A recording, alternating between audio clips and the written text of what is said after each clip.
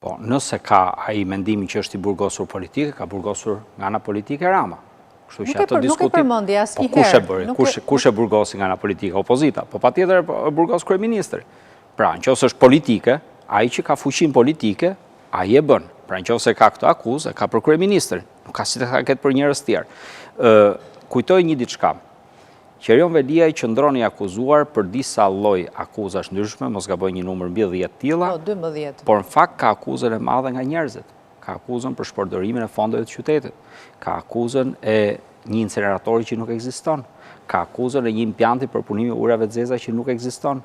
Ka akuzën e qindra objekteve të ndryshme shkollore arsimore që duhet ishin ndërtuar e mbas një dekade që ai kanë qenë fuqi, vazhdojnë se ekzistojnë.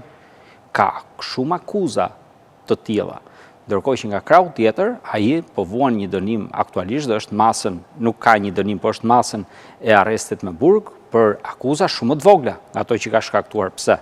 Sepse po ta shihni juve, të gjitha këto akuzat e tjera, incineratori, 5D-ja, përpunimi i urave të zeza, me radhë, e çojnë topin për lart to, çojnë drejt kryeministrisë, kujtoj këto me VKM janë marrë, me vendim Këshillit të Ministrave.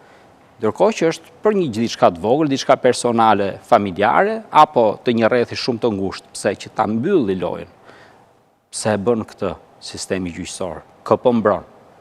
Kujtojmë që vazhdon incineratori dhe paguajnë para, edhe pse ky është brenda në burg, edhe pse ka të tjerë që janë brenda në burg, ish ministri i mjedisit, një ish deputete me radhë, po parat vazhdojnë paguajnë.